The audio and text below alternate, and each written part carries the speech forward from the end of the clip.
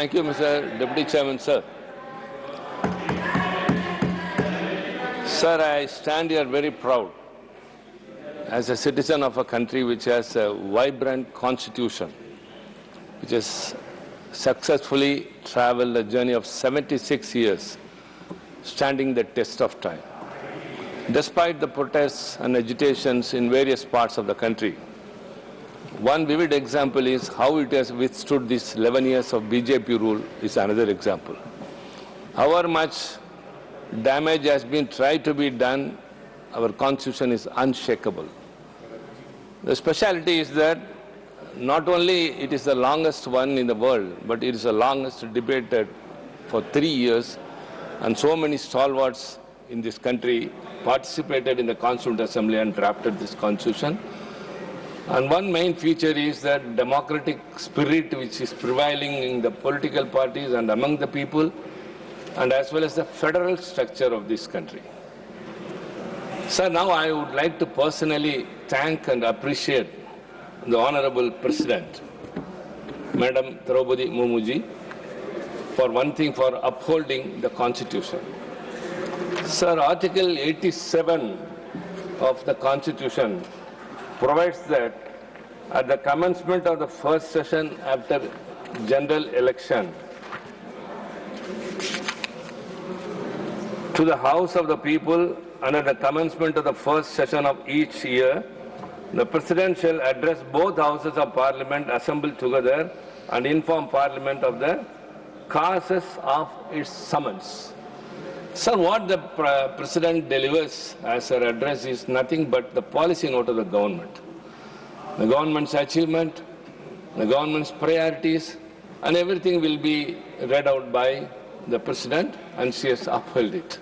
Sir, we are very happy about that, for she has upheld the Constitution's Article 87.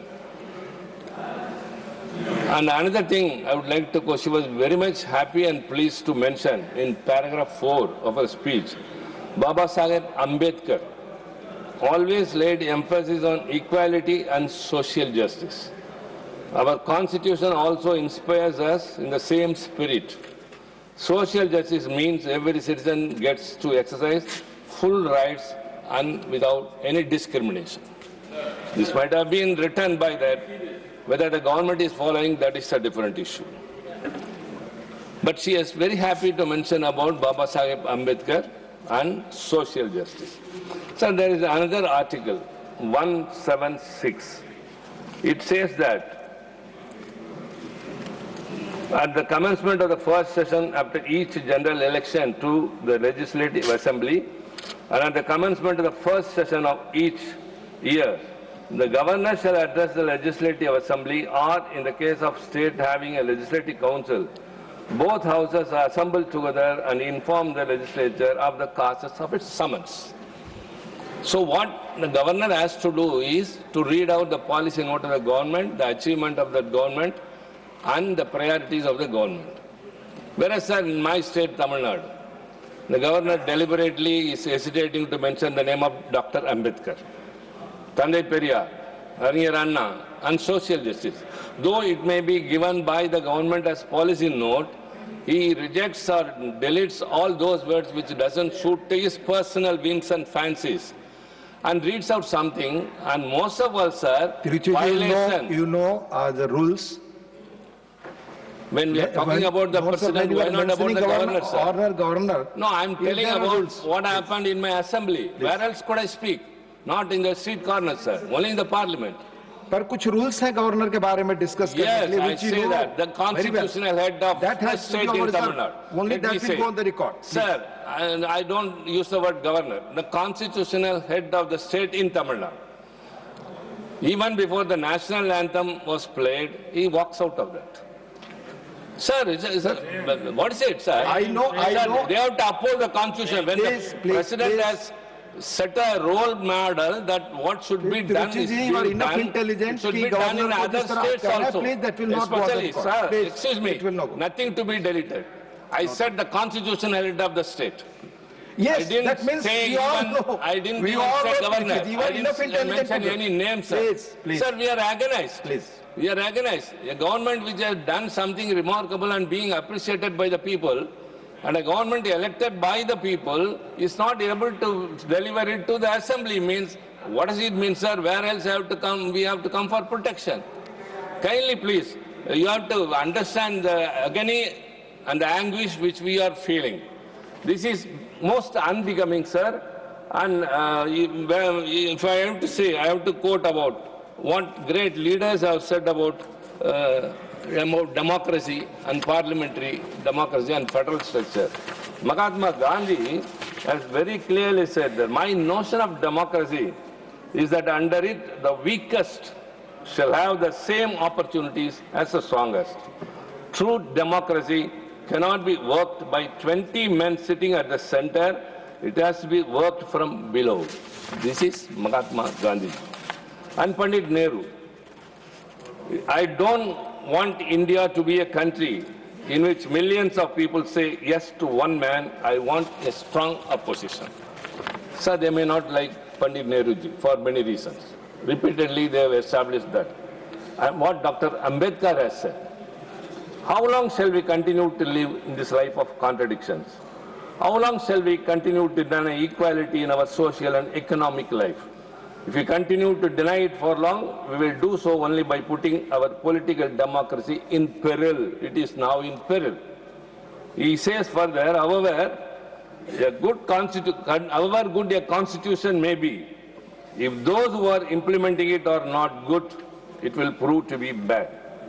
However bad a constitution may be, if those implementing it are good, it will prove to be good. These are not the words of Trichi Siva, this is the words of Ambedkar. Why we are telling all these things? This government has substituted many words, rather whatever were in practice. Sir, parliamentary democratic norms are flouted. Bills are being bulldozed. Very important bill like 29 labor codes comprising of to become 4 was discussed only for 4 hours, and it was just pushed like anything without much discussion, and even the notification was much later, even resistance is much outside. Institutions, they turn into a tool for them. Whatever they want to do it legally, so they bring a bill, they enact a law, and then implement whatever they want to do. Sir, intolerance in the place of tolerance. Adversity in the place of diversity, singularism in the place of pluralism, unitary in the place of federal, and uniformity in the place of unity. So there's a vast difference between unity and uniformity. We want to live unitedly. India is a nature with a plural nature. It's a composite culture. We have different languages, different culture. People of different regions are there. We all live in unity in diversity, whereas this government wants to bring it to one. Everything one means that is not practically possible. That will create very big consequences in the future, sir. Sir, even the Article 1 of the Constitution very clearly says, India, that is Bharat, shall be a union of states. But for the states, there is no union. States are the pillars, and it is only the Gopuram on the top of it. Without the pillars, nothing will happen. And our beloved leader, founder leader Anna, very famously said that union is an onion. Said that onion, if you take it, it will be medicinal quality and many other things. We use it for cooking and all. If you start peeling it, every skin, at last there will be nothing. So the skins are the states, and without that there is no union. That's what Anna tried to tell. Sir, another thing, he is the founder of our party, and he set our policies, everything. And his last days, sir, he wrote a letter to the party cadre. Always he used to write, "Dear brother." It's an epistle, a lot of letters which have made them to know about the world, what all going on in this country. In his last letter, sir, he said, "Dear brother, you know very well I am never after power. And presently, after becoming a chief minister, I am not at all happy to be a chief minister of a state in a setup where federalism is only on paper and not in practice.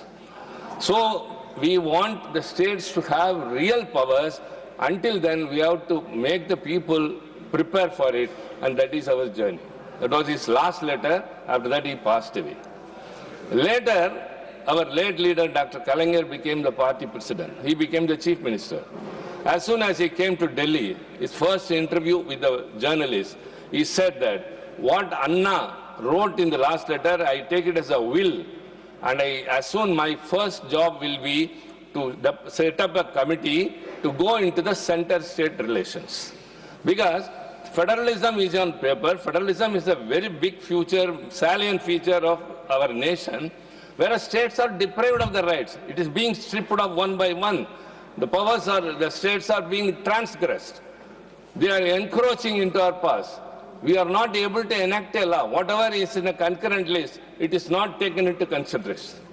So he set up a committee under the Supreme Court Justice Rajamannar, under his High Court Chief Justice Rajamannar, along with Lakshmanaswamy Mudaliar and Chandra Reddy, another judge.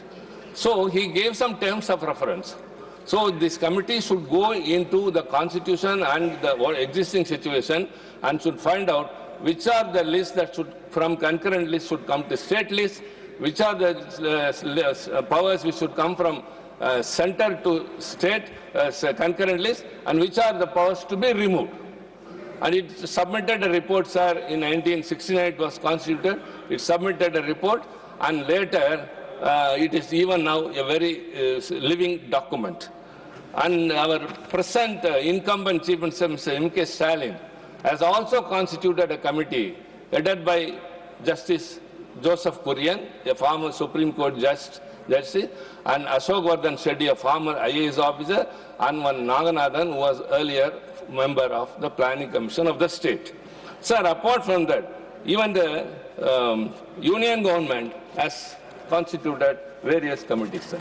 In 1983, there was a committee set up for center-state relation, Sarkaria Commission. Which government is different? 1983. Kindly note, so everyone knows that. The committee recommended, it is very important, I want to note the recommendation. It recommended that the Vice President and Lok Sabha Speaker should be consulted while appointing governors. A 5-year term should be fixed for them. Governors should avoid unnecessary interference in state administration and function as impartial gates. Legislative relation. The division of legislative powers between the center and states in a concurrent list should be clearly defined. Prior consultation with states before introducing central legislation impacting state subjects should be done. Any financial burden arising from centrally imposed schemes should be assessed and fairly compensated. Sir, next commission is that of Madan Mohan Poonch. That was in 2007. There are salient recommendations. I am not quoting everything, sir. States must be consulted through the Interstate Council before introducing bills related to matters in the concurrent list promoting cooperative federalism. This government is repeatedly settling cooperative federalism, but they want to supersede the states by way of taking a concurrent list subject like education, even labor. It's a state subject, but they take it into their control, and by way of the brute majority, they want to, whatever they want to do, they are doing. Second, governors must abstain from active politics for at least 2 years before they are appointed, alongside a fixed 5-year term and a process for removal via state legislature resolution. That's most important. And third, they further argued that the state chief minister must be involved in the governor's appointment process, proposing a committee including the Prime Minister, Home Minister, Lok Sabha Speaker and the relevant Chief Minister to handle governor's appointment. Sir, most of all, one Supreme Court judgment, sir, it has very clearly said that is Supreme Court in Hargovind Pant versus Rahukul Tilak case, held that the office of governor of a state is not an employment under the central government, it is an independent constitutional office. So many recommendations have been given by various committees, the Supreme Court, but it is not being followed. So the state governments are suffering. Though it hails the support of the people, sir, this government, we are very sorry, has not fulfilled any of its promise. 11 years, we waited, we tolerated, still enduring. How many years more? But the day is not far behind that we will be there soon and they will be here. Because things are going like that. Not that we are after par. Because of the way they are ruling, how the parliamentary norms are being flouted, how the opposition parties' voices are strangled, how we are not recognized, everything becomes authoritarian. Sir, nothing which they say are being implemented. And Prime Minister comes to our state. We expect him to be a Prime Minister, sir, but he comes as a political leader, always. And he says that only if the union government and the state government have a same party or identical minded party, then it will be a good governance. That is double engine, he said. Sir, that is not democracy. Contradictions always bring good solutions. Let me say, double engine where all and single engine in Tamil Nadu. Double engine in Manipur, we saw what happened, how many died, and still it is going on. It's a double engine government. And in Madhya Pradesh, Vidabam or something, that is the only thing that happened. And in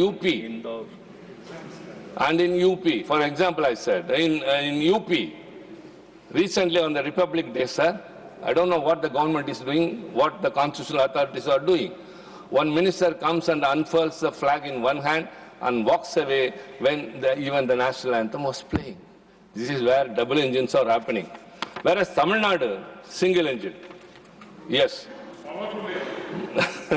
We are not under the control.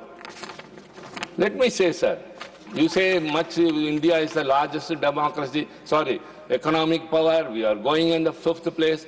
Sorry to say, sir, please kindly accept, it is not my imagination, it is all on record and it is statistically said that India among the 10 top countries stands at the last. In every way, the per capita income, for example, the last but one is China. 6 times lesser than that is India. And Vietnam, which is not even in the 10 list, we are only half of that, but we say we are a booming economy. We are disappointing ourselves, sir. And so also very much important, yesterday the budget was submitted. Many things were told, but nothing concrete, nothing impressive. I leave alone all those things. One thing I would like to say. This government is always favoring the corporates. It is pro-rich and anti-poor. Sir, one thing we have to keep in mind, India is a thickly populated country. Not only that, the youth population is very much high. 65% of the population are below the age of 35 years and 50% are below the age of 25 years. Whereas the anticipated demographic dividend is facing a demographic disaster because jobs are becoming scarce.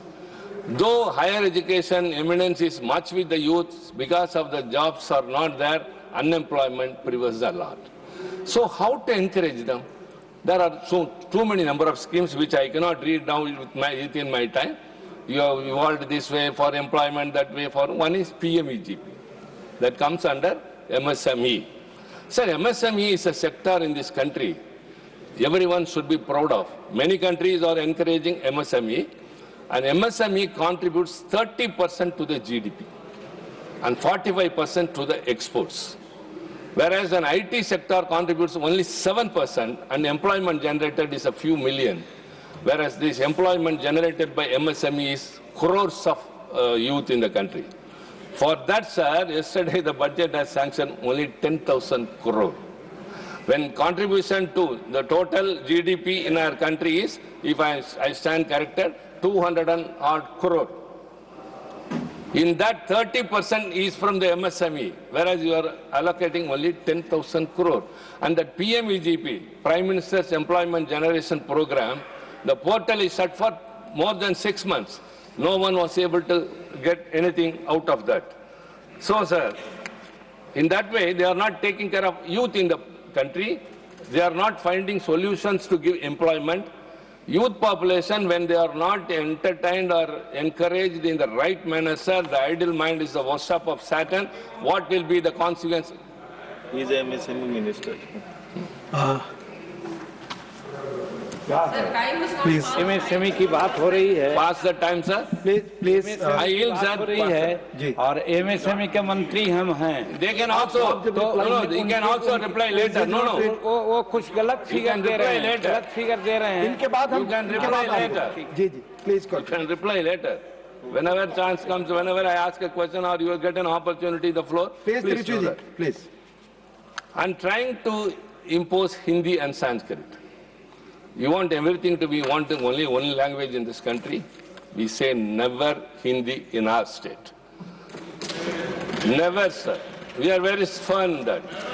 In 1968 itself, Ranna, our founder leader, then Rajan Chief Minister, has passed a unanimous resolution in the assembly that hereafter in Tamil Nadu, only Tamil and English will be the two languages. But you want to impose one.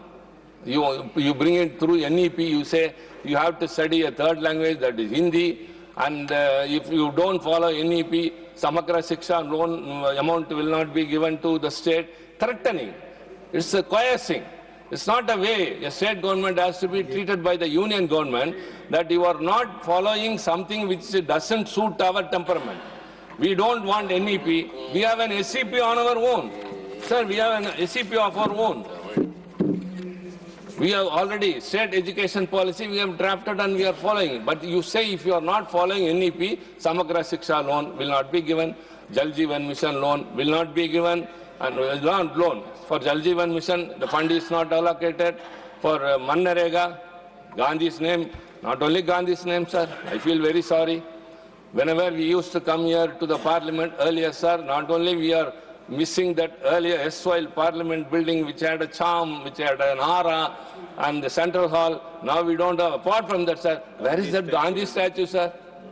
Where is that Ambedkar statue, sir? The person who drafted the constitution, they are all hidden behind that S-soil parliament, sir. Not only we, even the visitors, the students who come and visit the parliament will have a look at that great leader Mahatma Gandhi and Dr. Ambedkar. Why they should be kept there, sir? Sir, we are very sorry. So many things are happening. So like that you are trying to impose. Let me ask, honestly tell me, when you are telling us to read, study or know a third language, how many here know a second language? Tell me. They stop with only Hindi. Sir, one of our leaders, I don't want to name who it is, he asked me, very, very friendly manner he asked, I think mothers will also agree with me. He said, kindly, Trichi Sivaji, whatever you say is right. You consider this. So many of the North Indians are coming as pilgrims to Rameswaram in your state. There you have written only in Tamil and English.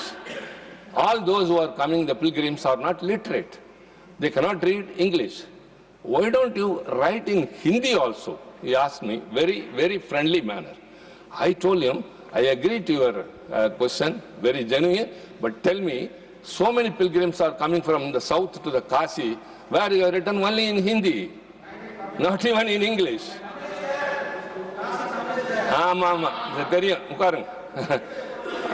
Not even in Hindi. So I am telling about many states. So don't impose one language upon the other. The diversity, as I said, in language, in culture and everything, we are different, but we are united. That is the foremost quality and strength of India, whereas you are trying to bring in one education, one language, one faith. Whatever, however much you may try, the Hindutva and Hindi cannot even sneak into Tamil Nadu, sir. The formidable fortress of Dravidian movement is there. I'm not saying it with overconfidence. It is self-confidence. This country we accept, sir. Once DMK was asking for Dravida Nadu, separate Dravida Nadu. But we gave it up to uphold the sovereignty of this nation. And not only that, sir, we had a hope and belief that this constitution will give the states their autonomy, their powers, sir. But when we are deprived, we are not helped. So we are again and again fighting, even within the framework of our nation, within the framework of the constitution. But whereas this government is not doing so. Sahitya Academy, one very great organization which was recognizing literarians, now it is being suppressed. All those decided by Sahitya Academy is completely let down by the Minister of Culture. But in Tamil Nadu, sir, though we belong to a state, sir, we are giving literary awards in 7 languages in the country. And Tamil Nadu, in our Chief Minister is telling, the moment he won the elections, for your kind information, many of us should, you say a double engine alone can have a state and a union travel in a healthy manner. We said, our leader, Mr. Stalin said, after he won and assumed chief ministership, he said, this government will not be for only those who voted for me, but those who have not voted for us also will be benefited by this government. All our schemes are extended to them also. So also everything to everyone, we say. But you don't say that. You say one, and if you don't accept, you will be facing the music. It cannot be threatened, sir. And income, inequality in this country. Let me tell, sir, I think the senior leaders like our leader of the House and many who will accept the truth and fact will be here. Again, I say it is not my calculation or my statistics, sir. The very surveys reveal us total income of this country, 58% is being taken away by 10% of the people. And 15% is taken away by 50%, that is of poor people. And so,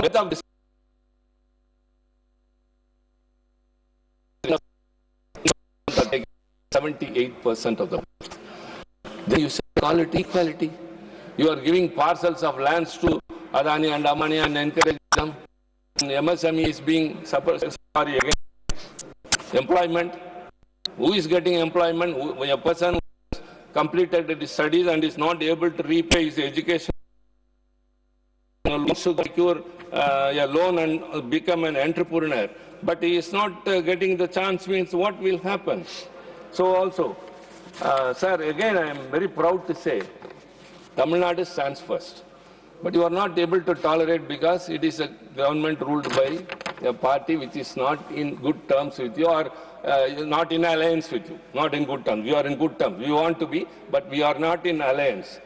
Sir, the state GDP from Tamil Nadu is 11.19%. And state contribution to national GDP is 9.2%. Whereas Uttar Pradesh, which you are nurturing so well, the GDP growth rate state level is only 8.99 and to the national GDP is 8.6%. Bihar, it contributes to the national GDP only 2.6%, but what they give back, this is also very sad. Again, I say, where else can we share all these things? Tax devolution. The 14th Finance Commission said that out of central taxes, 42% should be devolved to the states. And later, 15th Finance Commission said that 41%. And that 1% will go to reconstitute Jammu and Kashmir union territories. What happened? I cannot go into that. Time doesn't permit in that. Whereas tax collected from the states and the tax devolved to the states. Kindly note and genuinely address this if what I am saying is a fact. Sir, Tamil Nadu is giving tax collected is out of the total 7.61%. We get only 4.66%. Uttar Pradesh is giving only 4.6%, whereas it is getting 15.8% from the tax collected and devolved. Bihar, 0.68% is getting back 8.66%. Rajasthan is 2.53, they are getting 6.8. Why Tamil Nadu, sir, when we are giving more, why we should get less. We do not know. We are being victimized. We are being suppressed. One thing I would like to say, another estimate from the budget show that the financier Uttar Pradesh and Bihar are supposed to receive. Out of the, we are to get 58,000 crore, but the government has got so far only 21,000 crore. So also for centrally sponsored schemes, the state should receive a grant from the union about 23,000, but so far we have received only 7,302. So, sir, in all cases, we are outstanding. Tamil Nadu's healthcare is number one. Out of the best hospitals, 10% of the hospitals are in Tamil Nadu. And Niti Aayog, out of the 16 SDGs, Sustainable Development Goals, Tamil Nadu is a forerunner securing 13 SDGs, Sustainable Development Goals. But we are not punished, we are being punished. So also gender equity, national average is 49, we are at 53, but you come and accuse us in Tamil Nadu. Just because you want to support or want to have the power, you cannot level accusations like that, baseless. You should appreciate the government. If at all you are running a government and union government, and if every state is common to you, you should appreciate the government which is performing well. Birth control is very much. Infant mortality is very much less. Maternity mortality is also very less. Education, sir, the total, the higher education enrollment ratio across the country, national average is 28.4%. And the target which the union government has fixed by 2035, 50%. From this year onwards, after 10 years, the target is 50%. Now I stay with head strong and held high. I say that Tamil Nadu now itself is 51%. Higher education enrollment, now itself we are 51%. Whereas the national average is only 28.4. So also enrollment in school education, we stand very first.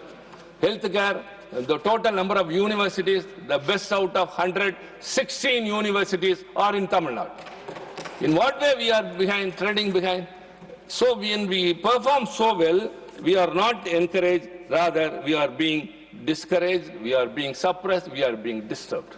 So this is not the way. You have to treat a state. That's what we say. We need our powers. The concurrent list you are having in your hands and you want to supersede. You want to bring a need, you want to do anything, you impose upon us, you bring an NEP and you say you agree to that or we will deprive you of what you are genuine to get means, sir, we will be fighting for it. Let me say only one thing.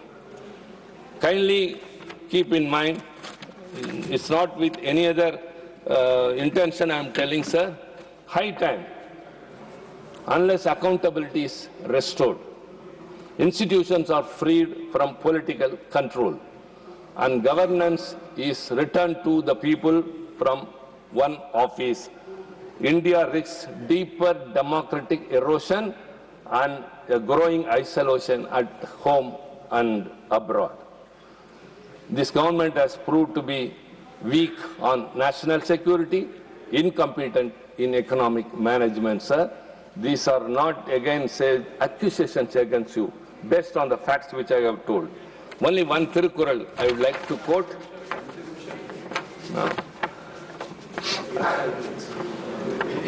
The Tirukkural, because finance minister, usually she used to quote one Tirukkural or two, or quote Purnanur yesterday.